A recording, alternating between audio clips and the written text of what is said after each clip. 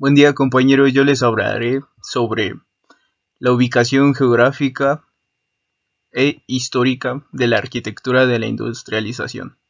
Bueno, pues la arquitectura de la industrialización aparece junto con la revolución industrial, que ésta surge en Inglaterra entre la segunda mitad del siglo XVIII y principios del siglo XIX. Este periodo fue el causante de muchos cambios.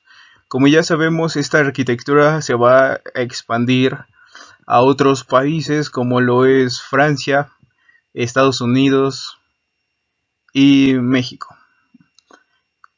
La revolución industrial trajo consigo cambios bastante radicales en la arquitectura. Por un lado, aportó nuevos materiales constructivos. Antes de 1800, la arquitectura estaba muy ornamentada y dedicada principalmente al uso eclesiástico, militar y público. A lo largo del siglo XIX, el advenimiento de la ciencia y la tecnología transformó la apariencia de los edificios. Esto hizo obsoletos los elementos constitutivos del neoclasicismo. A partir de ese momento revolucionario, los arquitectos se enfrentarían a nuevas técnicas.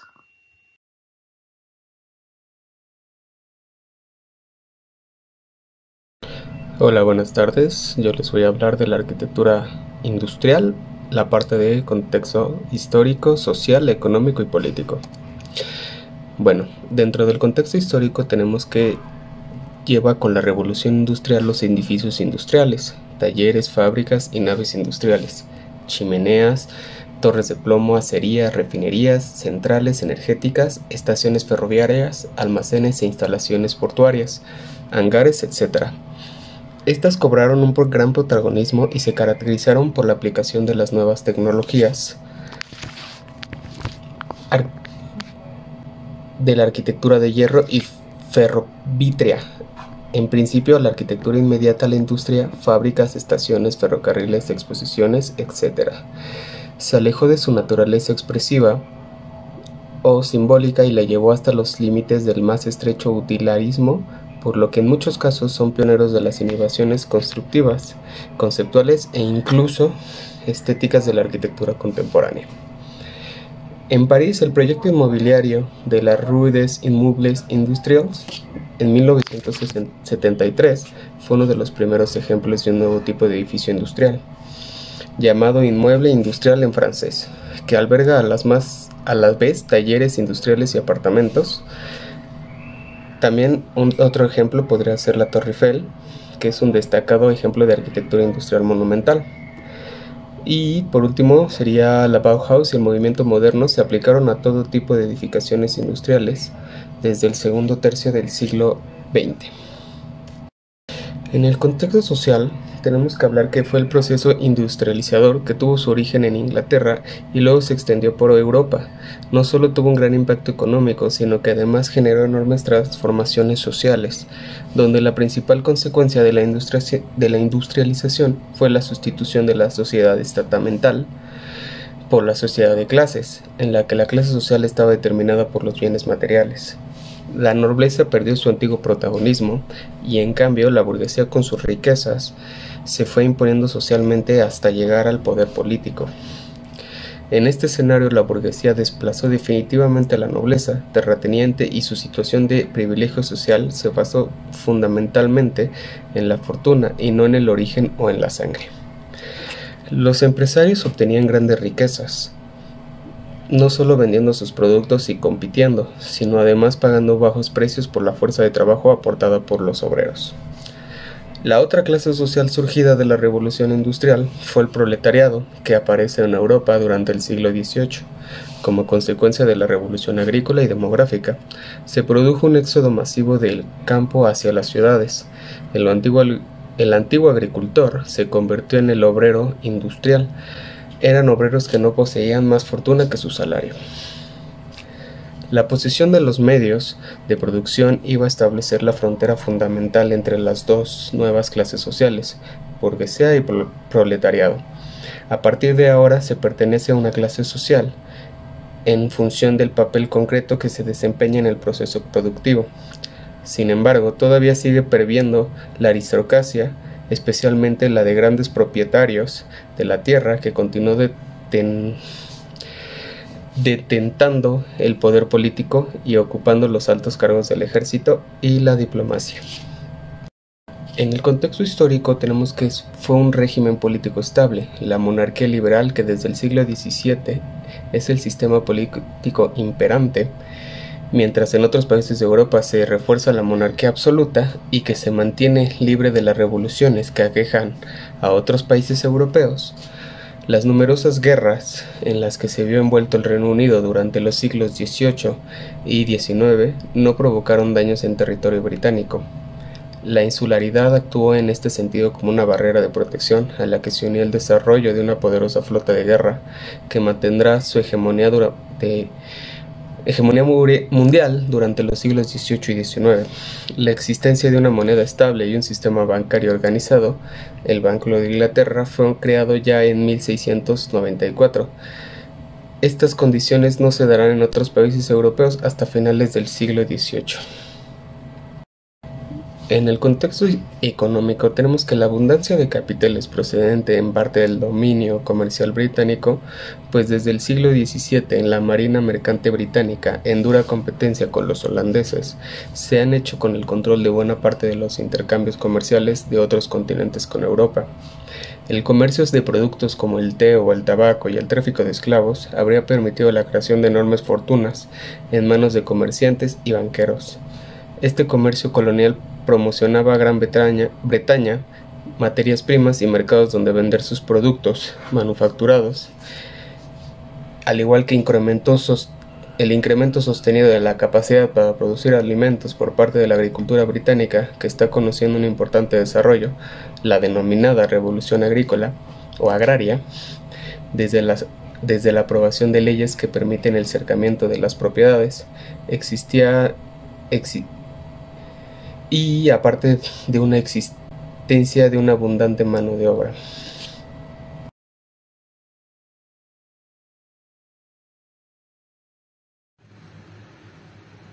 Bien, el arte del siglo XIX se desarrolló en dos importantes corrientes artísticas, las cuales eran el romanticismo y el realismo. Esta segunda siendo la principal protagonista durante el avance de la industrialización, y aún así el primero en surgir fue el romanticismo. Este como tal estaba en contra de la destrucción del paisaje y de la naturaleza, todo lo que provocaba la industrialización. Además, en esta corriente valoraban todo lo que era la pasión creadora y la originalidad. Eran muy idealistas, por así decirlo. Aunque por otra parte el realismo se interesaba en conocer la realidad concreta de su época y describirla, puesto que en el fracaso de las revoluciones se rompieron demasiadas ilusiones que inspiraban a los románticos. Uno de estos ejemplos sería que el avance de la industrialización dejaba al descubierto enormes contradicciones y demostraba que en el nuevo sistema también existía miseria, trabajo infantil y explotación. Ok, ahora vamos a hablar de los aspectos simbólicos y formales de esta nueva arquitectura. Y como tal, el estilo surgió cuando jóvenes artistas comenzaron a instalarse en amplias y espaciosas fábricas abandonadas. Todo esto fue después del auge de la industrialización que se dio en los países primermundistas. Y bueno, todo esto era con la finalidad de encontrar espacios muy amplios y con mucha luz. En estos lugares lo que más predominaba tanto en materiales como en elementos eran las vigas, los ladrillos, el concreto e inclusive el hierro fundido, ya que este último, por ejemplo, formaba parte de las nuevas tecnologías que se implementaron en la arquitectura y la construcción en general en ese tiempo. Es por eso que la arquitectura industrial juega más que nada con estos elementos, para nada pretende ocultarlos. Y bueno, con el tiempo esta arquitectura evolucionó, ya no se le dio un giro únicamente para la industria, sino que al tener demasiados edificios y tan poca industria en determinado tiempo, pues el giro que se le empezó a dar en estos espacios fue meramente habitacional en un principio, posteriormente evolucionó y se utilizó para hospitales, entre otras formas de aprovechar los espacios, pero bueno, como tal, cuando evolucionó se llamó loft, y este se caracterizaba por tener interiores en obra negra, pocas divisiones en sus interiores, así como las fachadas las respetaban completamente de la estructura original, eran totalmente de hierro fundido con demasiado cristal. Bien, hay que considerar que en la arquitectura industrial, grandes espacios y mucha luz es totalmente esencial. Este estilo se caracteriza o se destaca por una continuidad espacial. ¿A qué me refiero? Se busca crear ambientes sin ningún tipo de interrupción visual, donde la única delimitación de los espacios se pueda dar mediante equipamiento de la industria o inclusive por muebles, ya que hay que considerar que en estos edificios las obras que se daban eran tanto un giro industrial como un giro habitacional, teniéndolo todo dentro del mismo conjunto. Y bueno, esta amplitud visual de la que estábamos hablando generalmente está potenciada con grandes ventanales, dado que estos edificios se concibieron y se construyeron en su mayoría mucho antes de que hubiera iluminación artificial. Por ende, al momento de diseñarlos, tenían que integrar ventanas lo suficientemente grandes para permitir la entrada de grandes cantidades de luz, tanta como fuese posible. También hay que considerar que en la atmósfera, en general, fomenta espacios fríos y sobrios, dando sensaciones de independencia. Este último era un concepto muy importante en el contexto social de la época, y por eso los colores más utilizados de manera natural en esta arquitectura son tanto los blancos, negros, grises y azules. Todos estos son colores que se obtienen de manera natural tanto en el hierro como en el concreto, el vidrio o la madera. Y bien, en lo formal se caracteriza por no esconder ni disimular los materiales de construcción. Así como sucede en las fábricas, lo frágil y delicado da paso a lo utilitario y robusto. Por eso en estos espacios podemos visualizar la estructura al descubierto, tal como sería vigas de madera sin tratar, muros de ladrillo a la vista, concreto y hierro al descubierto, ventanales amplios y totalmente descubiertos para que dejen pasar la luz, todas las tuberías y los conductos de metal sin ningún tipo de tratamiento para disimularlos, ya que englobando todo esto se buscaba maximizar la eficiencia tanto económica a la hora de construirlos, así como la cantidad de material que era necesario para su construcción. Obviamente esto también iba ligado tanto a la economía de ese momento, así como a la eficiencia que se trataba de obtener.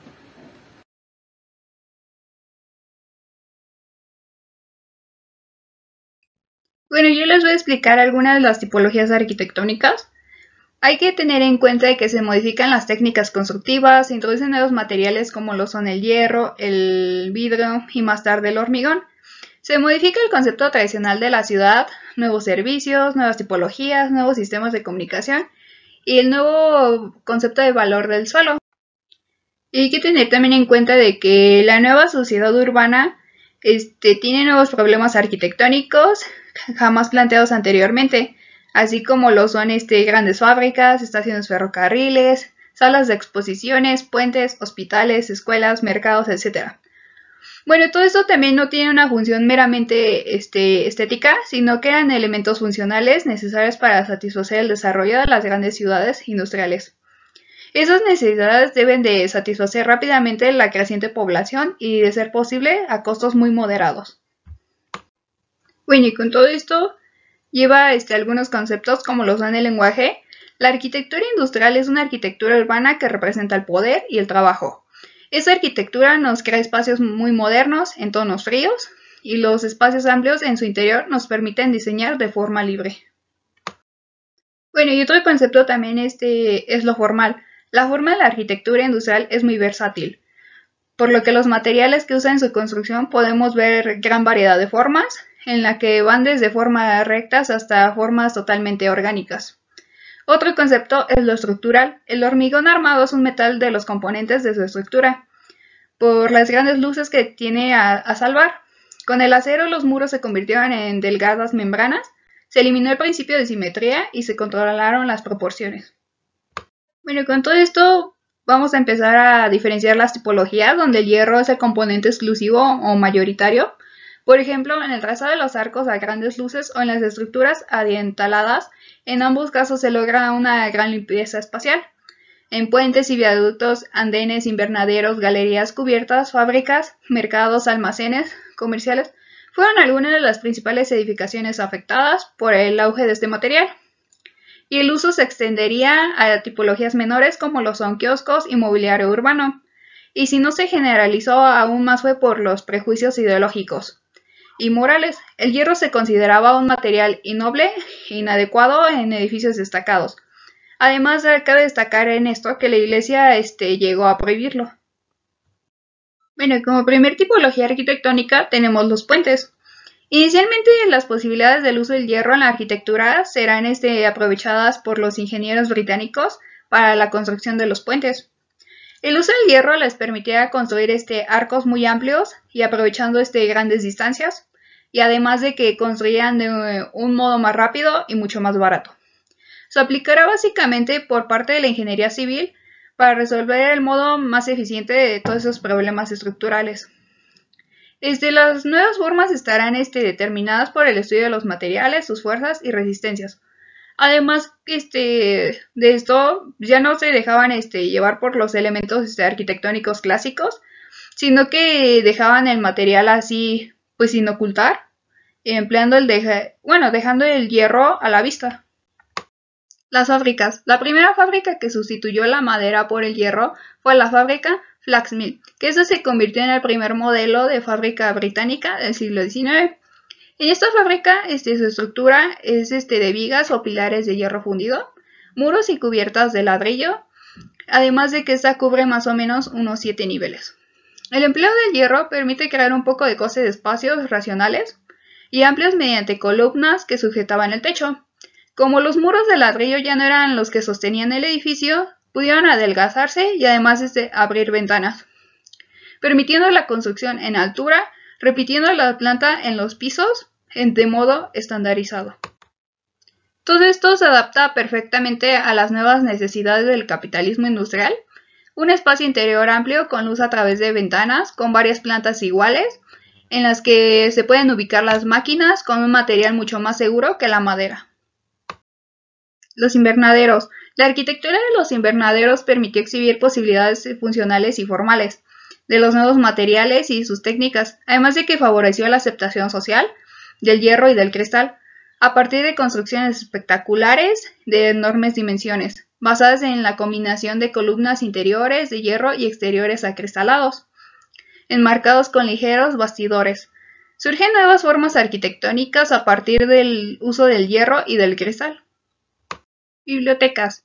La Biblioteca de Santa Genoveva en París fue el primer edificio público en donde se aplicó toda esa estructura, desde los cimientos hasta la cubierta. Es de planta longitudinal, la bóveda es de cristal, sostiene arcos igual de hierro, donde descansan sobre columnas. Esto permite abrir grandes ventanales y esto es muy bueno ya que se tiene una muy buena iluminación natural. Su interior deja ver una estructura metálica, pero el exterior se enmascaró con una apariencia de un edificio neorrenacentista. En la primera se dividió el espacio longitudinal en dos partes cubiertas con sendas bóvedas de medio cañón metálicas. En el segundo fragmento, el espacio mediante cúpulas claraboyadas de terracota apoyadas sobre arcos, columnas de hierro.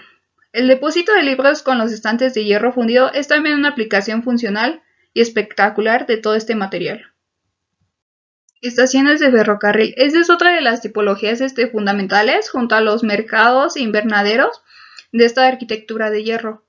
Cabe destacar que en los primeros años donde fueron construidas estas solamente eran de material de madera y ese es un ejemplo De esto es la estación oeste de Budapest en Madrid. Cuando se sustituyeron por otras más sólidas, el hierro entró para formar parte de todas estas. La cubierta de los andenes es una expresión de tecnología evidente, junto al edificio de los viajeros. La función que representa tanto de la compañía propietaria como de la ciudad donde se asienta, es esencial, y la colaboración entre arquitectos e ingenieros fue también muy fundamental. A veces la estructura metálica del andén se manifiesta tanto de los laterales como en la fachada, minimizándose. Almacenes y galerías. Los almacenes y galerías comerciales son otra de las manifestaciones más singulares de la aplicación del hierro y de las nuevas ciudades burguesas. El modelo Bodergus resultó idóneo para ellos, y en esas construcciones se instalaron los primeros ascensores, un ejemplo de ellos en Nueva York en 1857. En Europa proliferaron más tarde que en Estados Unidos. En 1876 se levantaron en París los célebres Montmartre, realizados solo con hierro y cristal, obra de Eiffel. Entre las galerías comerciales destacan las italianas, como Umberto I en Nápoles, a cargo de Manuel Rocco. También la ciudad burguesa amuebla sus espacios con objetos producidos en hierro, ascensores, kioscos, bancos, farolas o los citados ascensores, como en lo construido por el taller Eiffel en Lisboa para facilitar la comunicación entre todos estos barrios. Pese a todo esto, la arquitectura del hierro mostraba grandes ventajas, y cada vez se fueron haciendo mucho más evidentes en toda la arquitectura, como lo son versatilidad y posibilidad de crear cualquier tipo de formas, producción en masa con piezas, estructuras prefabricadas, transportables y exportables, una construcción mucho más rápida y más barata, mayor resistencia al fuego, posibilidad de crear espacios amplios y diáfanos, combinado con el hierro y el cristal. Bueno, y la industria cambió la vida del mundo y originó una arquitectura industrial, que fue solamente una industrial hasta que las mismas fábricas abandonaron su espacio para alejarse de la ciudad. Por eso esos espacios empezaron a habitarse y se formaron de esta manera, la arquitectura industrial comenzó a funcionar en viviendas. Continuando con el tema de la arquitectura de la industrialización, les voy a hablar sobre los materiales y los sistemas constructivos.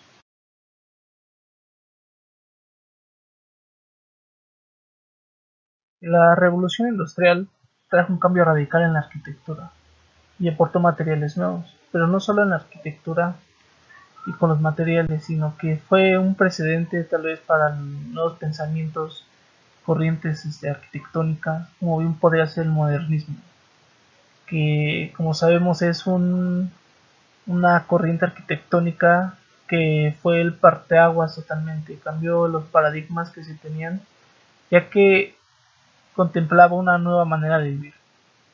En esta época es una época de posguerra, entonces se necesita un crecimiento acelerado de las ciudades o un gran desarrollo económico. Necesitan recuperarse de esta crisis que se vivió. Entonces la revolución industrial pues fue de gran ayuda para esta época. Nace un concepto interesante que es la industrialización. Ya se conocía, pero no estaba tan aplicado a la arquitectura.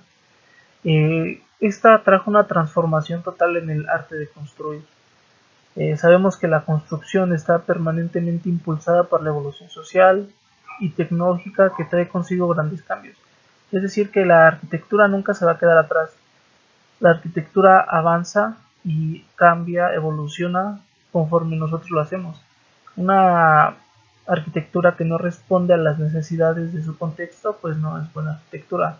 Entonces, con la industrialización, pues surge un gran cambio en el cual la arquitectura se tiene que apegar.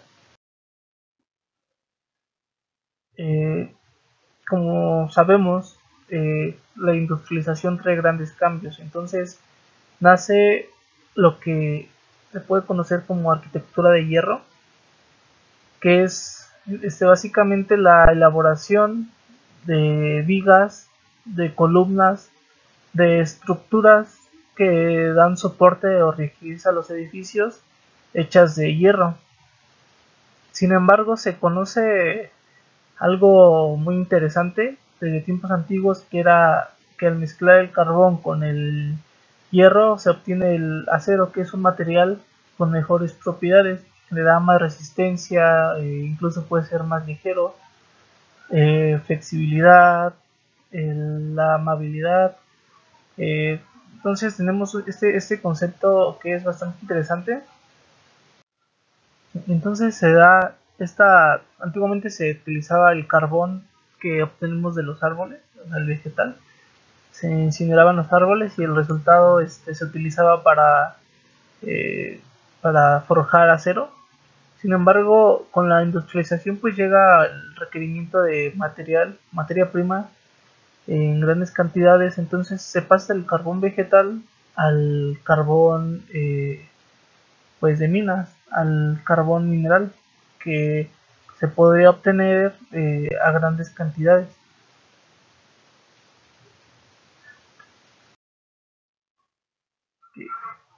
Otro material muy interesante es el acero y el concreto, que bueno, el acero, recordamos, como vimos en la diapositiva pasada, es una combinación entre hierro y carbono que sustituiría el hierro fundido y forjado por su resistencia y elasticidad. Estas características eran las que las distinguían del hierro. Entonces, el concreto era un material que ya existía, pero se hizo notar hasta el siglo XX, ya que muchos arquitectos al principio lo rechazaban por alterar la imagen de los edificios, la imagen tradicional que ellos tenían, que era la vieja escuela.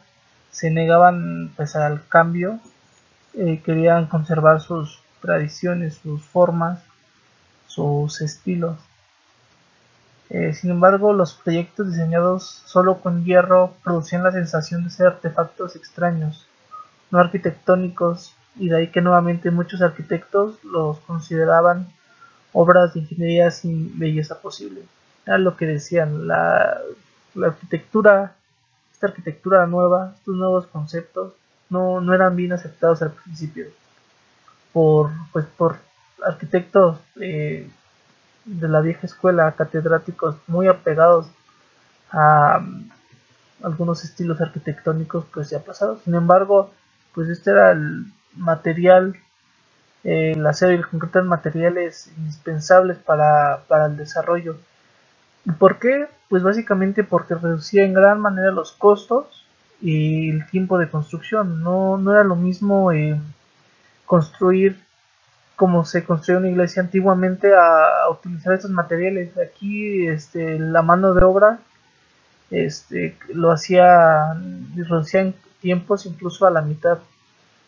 Entonces tenemos que los ingenieros y los arquitectos eran defensores de explotar los avances de la revolución industrial en la arquitectura, especialmente en la utilización masiva de hierro y vidrio.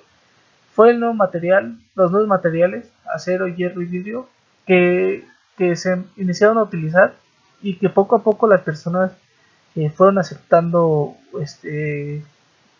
esos materiales, ya sea en cuestiones de diseño o en construcción. Además, eran materiales ampliamente flexibles en cuanto a las distribuciones interiores de los espacios.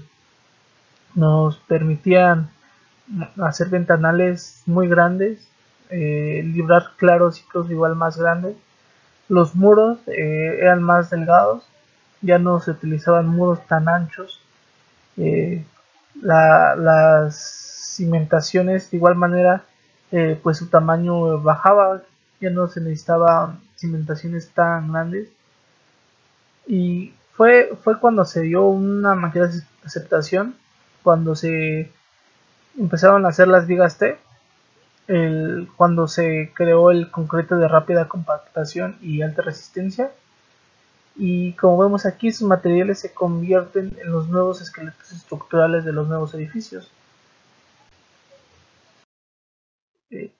Para los usos, pues pese al rechazo conceptual de arquitectos, se acabaron asumiendo las innovaciones, ¿no? Dado sus beneficios, que eran mejores costos, obviamente más bajos, y un menor tiempo de construcción. así como una manera más fácil de proyectar y de organizar las edificaciones y las obras. Ya se habían empleado este material en cubiertas en el siglo XVIII. Todo inició en Inglaterra y después se sumaría en Francia y demás países industrializados. Como vemos, pues era el futuro. La arquitectura estaba cambiando totalmente y los arquitectos que no se apegaban a ella, pues lamentablemente se quedaban atrás. Los que vieron con buenos ojos esta nueva arquitectura, los que fueron visionarios, avanzaron. Tal vez tuvieron más obra, más diseño.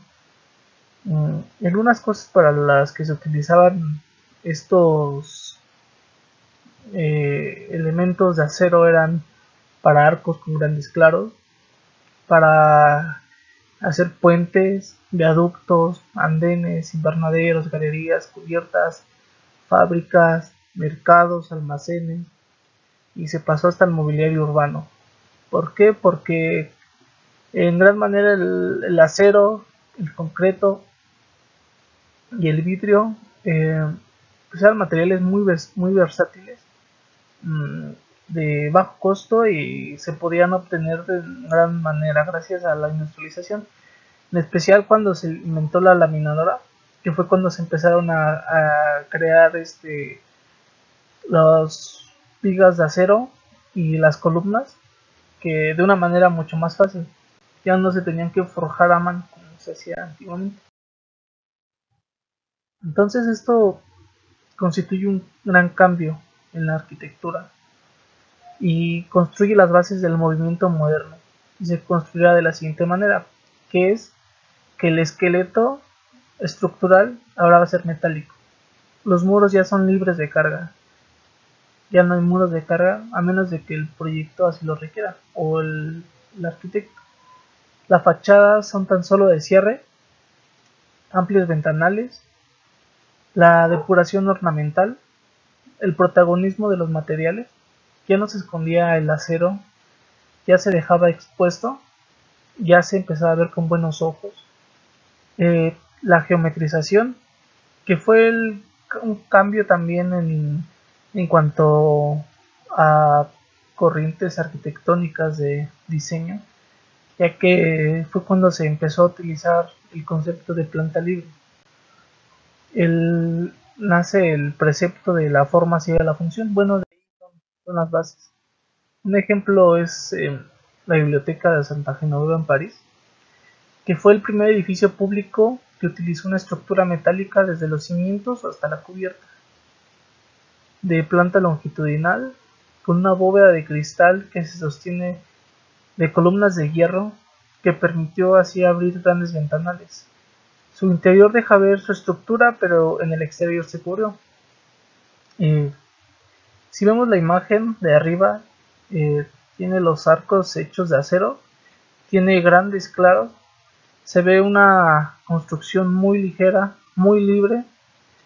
Los grandes ventanales pues son posibles gracias a la estructura de acero y deja pasar la luz natural, la iluminación natural, de una manera pues muy eficiente.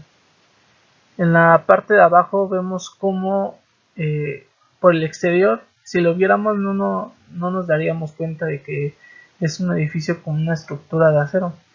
¿Por qué? Porque cuando se creó en esos tiempos aún estaba vista no se veía con tan buenos ojos. Es así que en este proyecto se decidió cubrir la estructura y dar una apariencia diferente. Okay.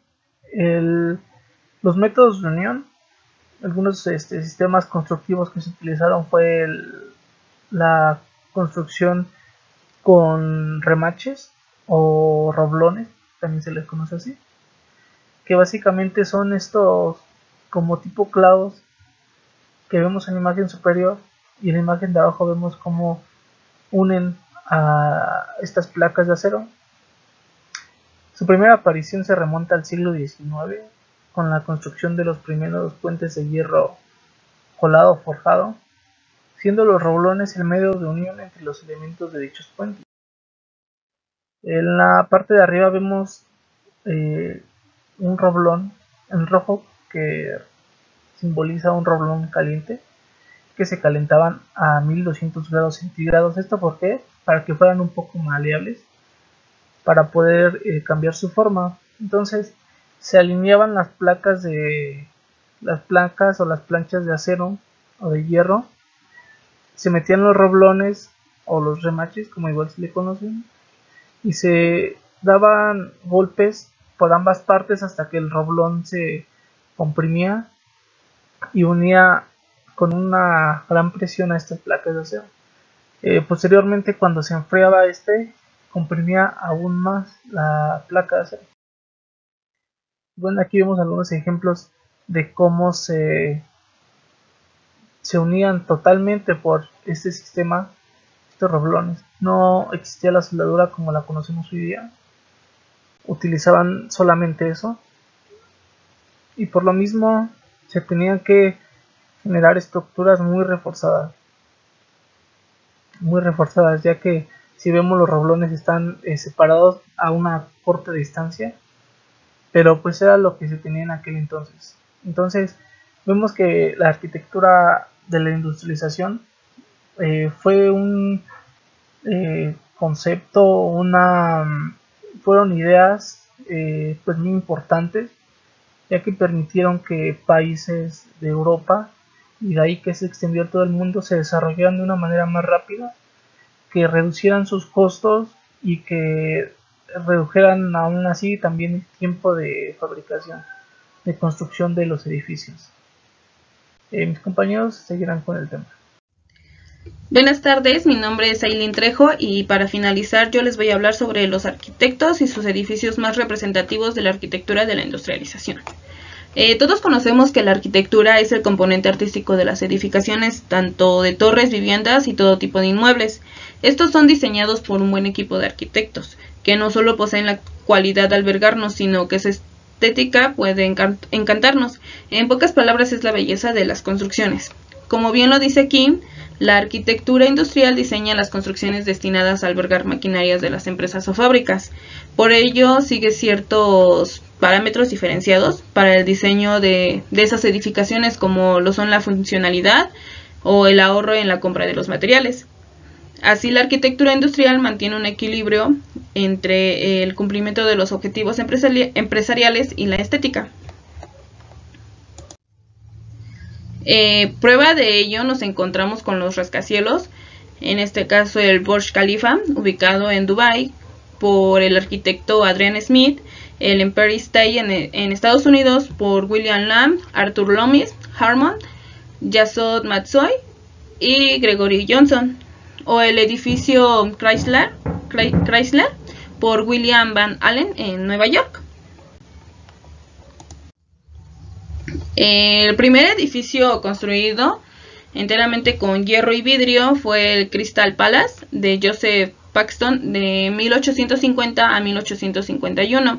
Este fue reconstruido entre 1852 y 1854 en Londres. Contaba con una gran nave preparada para acoger la primera exposición universal de Londres de 1851, que fue proyectado por Joseph Paxton en una nave de 563 metros de largo y 124 metros de ancho. Su altura de nave cuenta con 19.5 metros y su altura de nave crucero con 41 metros, y fueron 9 meses para su construcción. Este edificio fue el precursor de la arquitectura prefabricada y con él se demostró la posibilidad de hacer edificios bellos en hierro. Luego tenemos el puente de Walbrook Dahl. Es el primer puente de hierro de la historia. Se construyó en 1779 en la garganta de Severn para unir la ciudad de Broceli con el pequeño pueblo minero de Madeley y el creciente centro industrial de Walbrook Dahl, que de ahí viene su nombre. Este fue el primer puente en arco de hierro fundido en Inglaterra por Abraham Darby III y Thomas Farnolds Pritchard. Su estructura está conformada por un arco de medio punto con 5 costillares y salva una luz de 43 metros. Mide 60 metros de longitud alzándose 18 metros sobre la superficie del río en su punto más alto. Cada costilla está fundida en dos mitades y el propio puente está abierto solo al paso peatonal. Es un monumento nacional y ha sido declarado por la UNESCO Patrimonio de la Humanidad. El impacto que obtuvo este puente en lo industrial fue el de acortar el tiempo entre las dos orillas del río y permitir reducir tiempos para atravesarlo. En lo tecnológico es que fue el primer puente de hierro de la historia y la primera estructura de hierro fundido de la era industrial, como ya se mencionó antes. Y por último, en lo histórico, la era industrial supone el abaratamiento de los procesos y por ello la posibilidad de empezar a construir puentes de hierro, ya que resultó ser económico. Bueno, este ejemplo será pronto imitado en los restantes países europeos industrializados, como en este caso lo fue el Puente de las Artes, que está ubicado en París. Este fue construido en 1801 a 1804 y fue el primer puente metálico de la capital francesa. La aceptación social del hierro se desarrollaba con extraordinario éxito. La arquitectura y el cristal eran sus protagonistas, y a partir de esta construcción de espectaculares invernaderos como el de Chatsworth y el Palmhaus de Riel, y en este caso, como lo muestra la presentación, el Jardín Botánico de Kew, pero en donde el empleo del hierro y cristal triunfan por entero es en los pabellones de las grandes exposiciones universales, concebidos para la exhibición de los productos de la industria del comercio y de las artes. La primera de ellas fue inaugurada en Londres y pretendía satisfacer dos aspiraciones, que era expresar los avances de la industria moderna y poseer una gran amplitud y afinidad. Similares alardes arquitectónicos se repartieron más tarde en Europa y América, destacando la Galería de las Máquinas, construida en París por la Exposición Universal de 1889. Esto cuenta con una bóveda de una amplitud hasta entonces desconocida.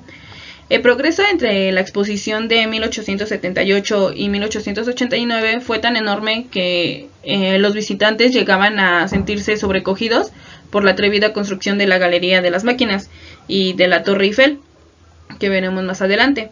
Estos edificios alcanzaron un nivel que no ha sido superado. Esto fue hecho por los arquitectos Ferdinand Duter Victor Contamine. Y bueno, ahora sí vemos lo que es la Torre Eiffel en Francia.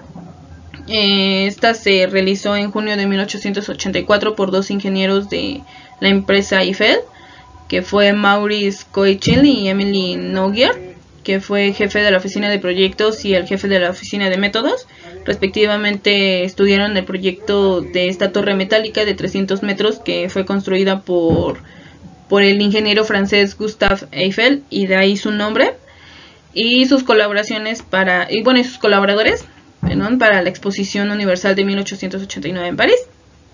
Se usó hierro forjado pudelado, erigido bajo la forma de 18.038 piezas entrecruzadas, fijadas por, me parece que 2.500.000 remaches. La estructura de la obra es muy airada por la robustez de sus materiales, y su peso es de 7.300 toneladas. El hierro pudelado, a diferencia del acero, se obtenía agitando en el horno el hierro y su escoria, aumentando así su oxidación y haciendo más viscoso el hierro. Se producía así de esta manera un material que se le iba aproximando a la composición del acero, que posteriormente podía laminarse en caliente. Y esta fue construida en 2 años, 2 meses y 5 días, es decir, de 1887 a 1889, por 250 obreros. Se inaugura ya oficialmente el 31 de marzo de 1889, y sus 300 metros de altura le permitieron llevar el título de la estructura más alta del mundo, hasta la construcción de 1930, que la vino a suplir el edificio Chrysler en Nueva York, del que hablamos anteriormente.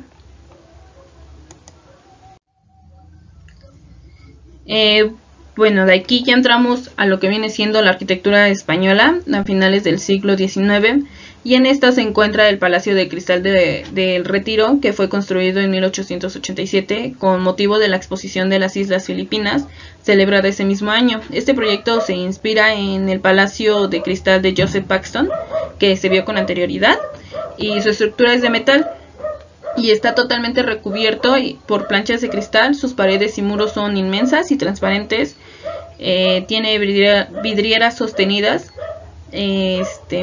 por jónicas columnas de hierro, y bueno, dispuestas en 3 naves sobre una traza en forma de trébol y coronadas por una inmensa cúpula que alcanza los 22,60 metros de altura, me parece, y cubriendo un gran pilón destinado a las plantas acuáticas, como se muestra aquí en la imagen. Y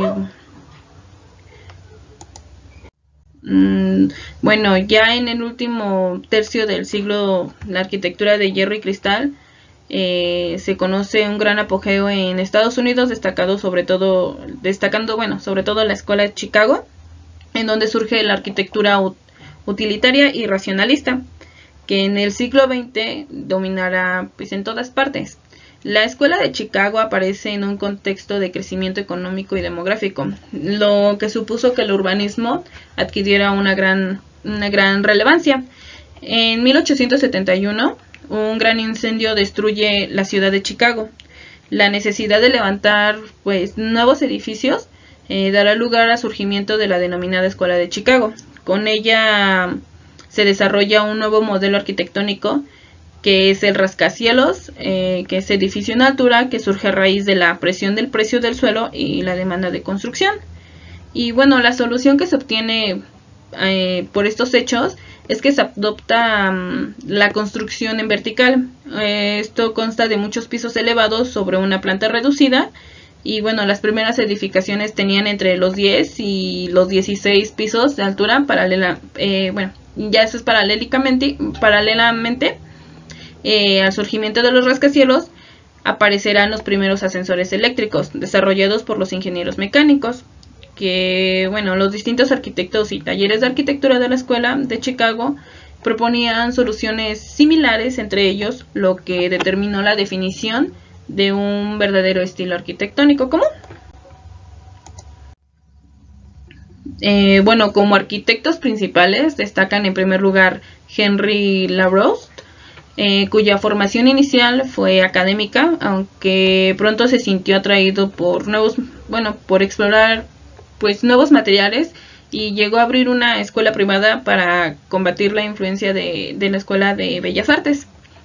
Y bueno, así es como hacia mitad del siglo construye lo que viene siendo la Biblioteca de Santa Genoveva, que es el primer edificio público construido en hierro desde los cimientos hasta la cubierta. Y bueno, si bien la fachada es una especie de máscara inspirada en lo clásico. La biblioteca, como la de Santa Genoveva, está ubicada en París, situada en una plaza del Panteón, y alberga aproximadamente 2 millones de documentos y forma parte de la Universidad Sorbona Nueva París.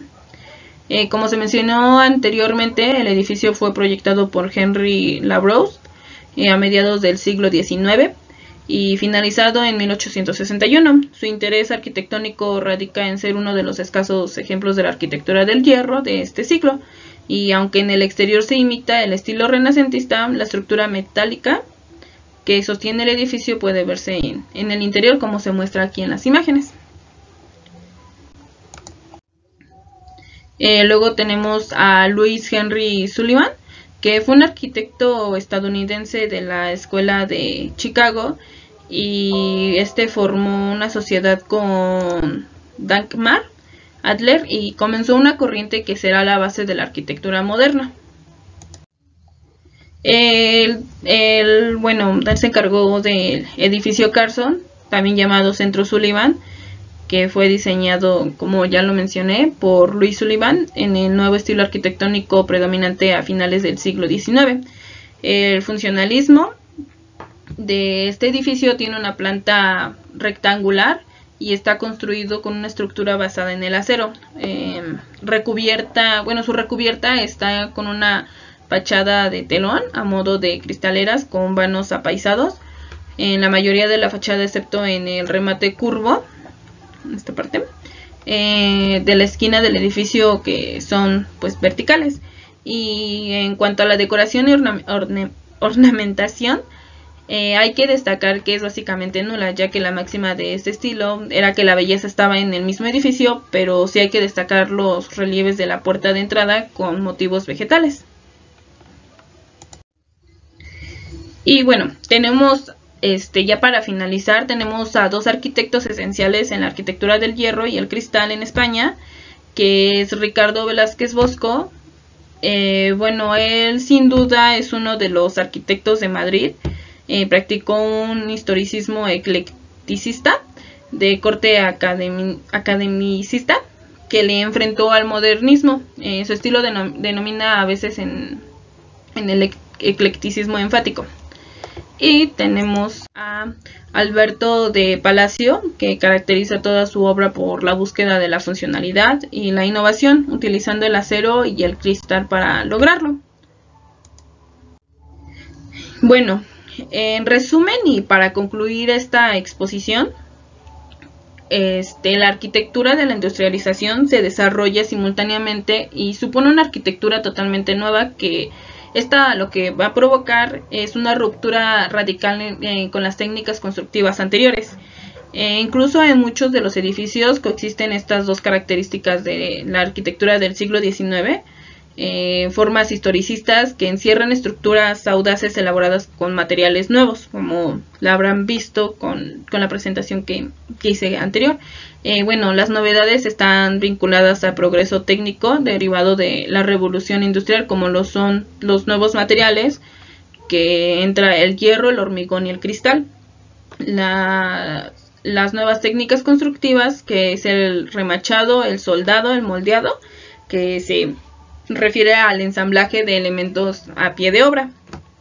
Y bueno, estas responden a las necesidades de una sociedad nueva, una sociedad urbana e industrial con problemas pendientes de resolver, viviendas de saneamiento, comunicación y abastecimiento.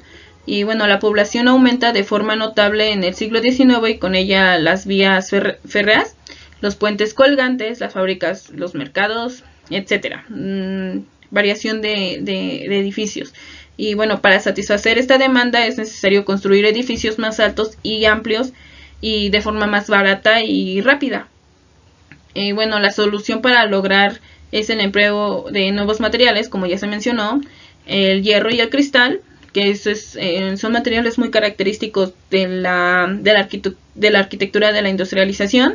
Y bueno, todo esto influye a que no todo esto influye a la técnica constructiva, sino también en las nuevas formas arquitectónicas. Y bueno, eso sería todo. Gracias.